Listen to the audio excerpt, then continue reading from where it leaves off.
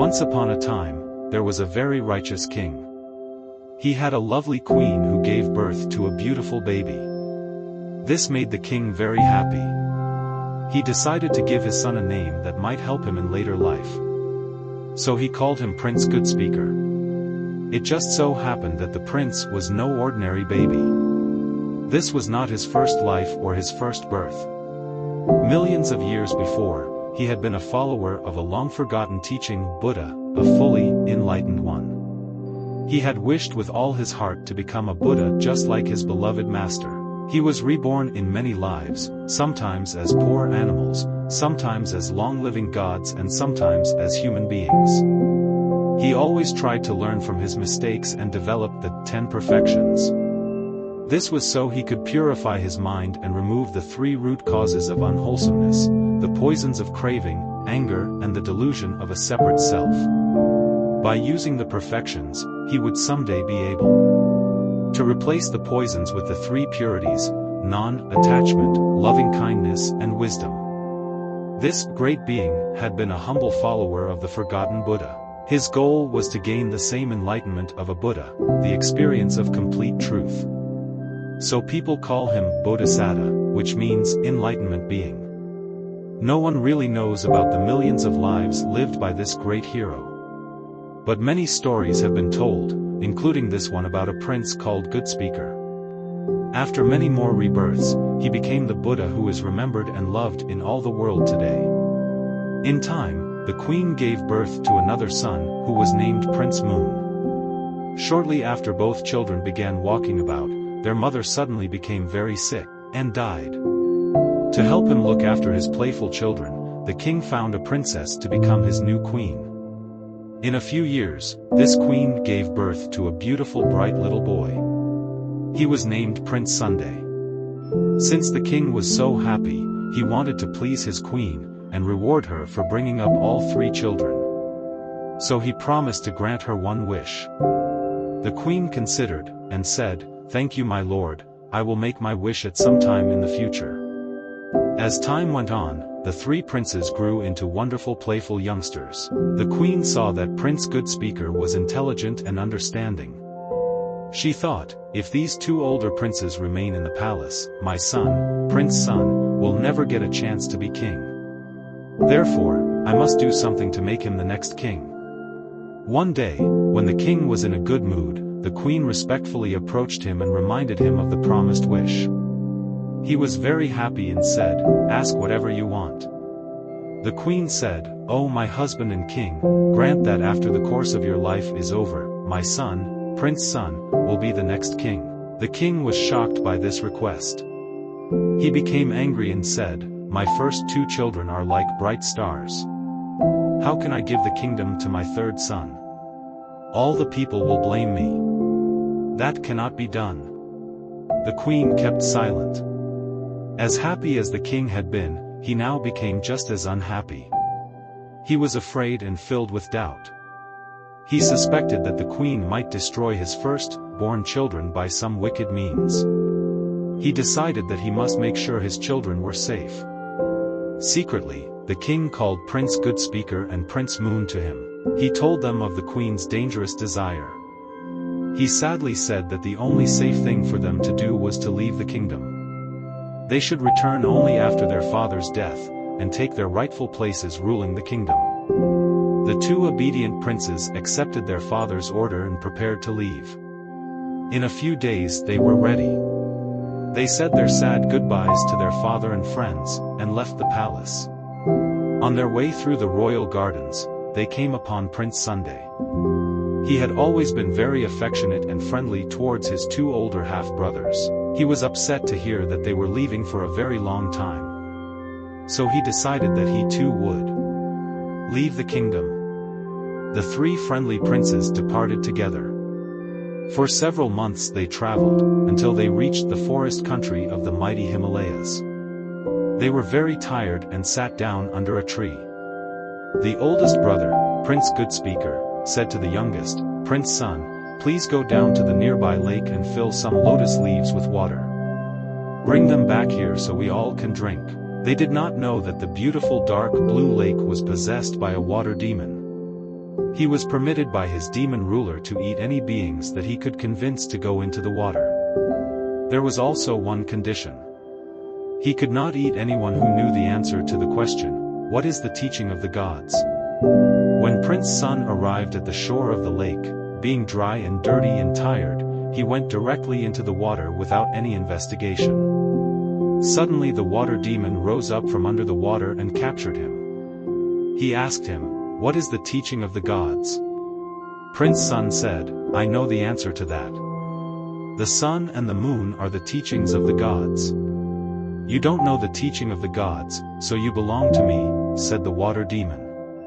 Then he pulled Prince Sun under the water and locked him up in a deep cave.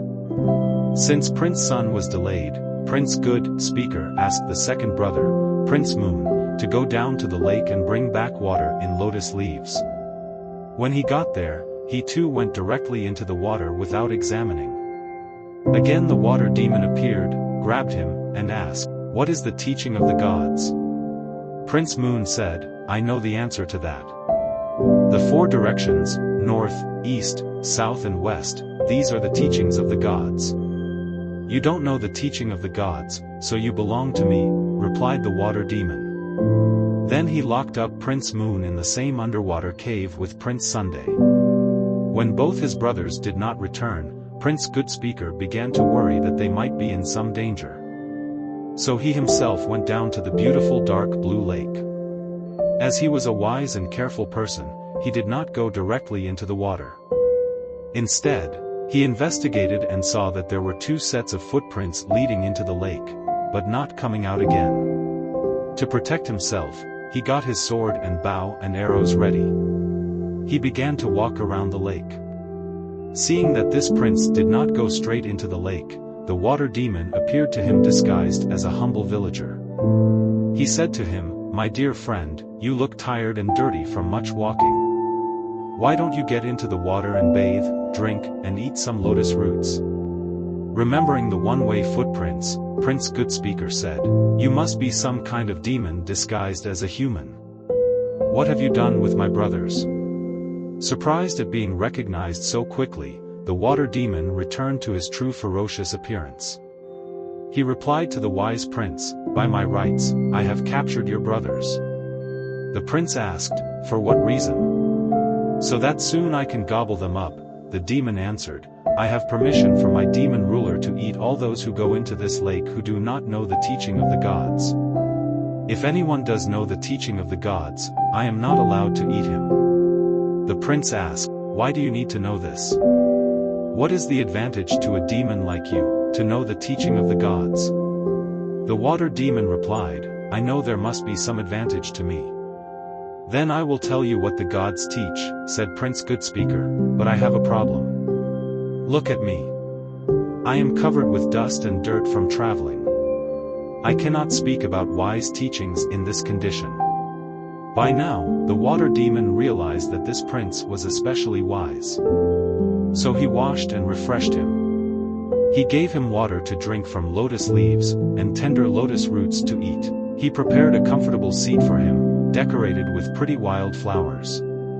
After laying aside his sword and bow and arrows, the enlightenment being sat on the adorned seat. The ferocious demon sat by his feet, just like a student listening to a respected teacher. Prince Good Speaker said, "This is the teaching of the gods. You should be ashamed to do unwholesome deeds. You should be afraid to do unwholesome deeds.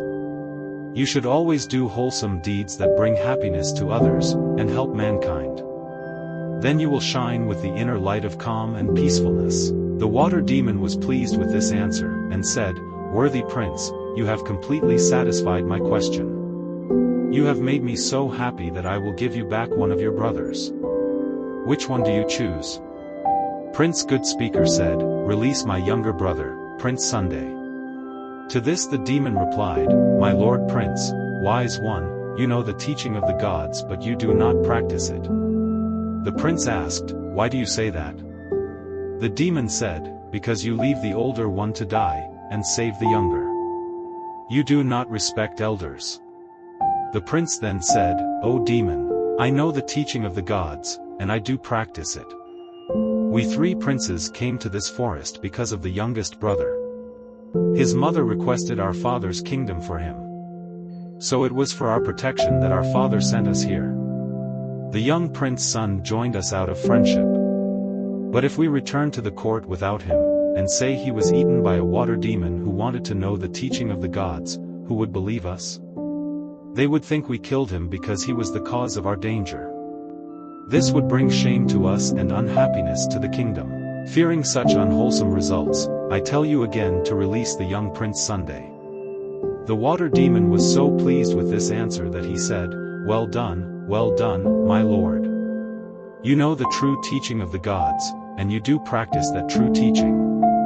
I will gladly give back both your brothers.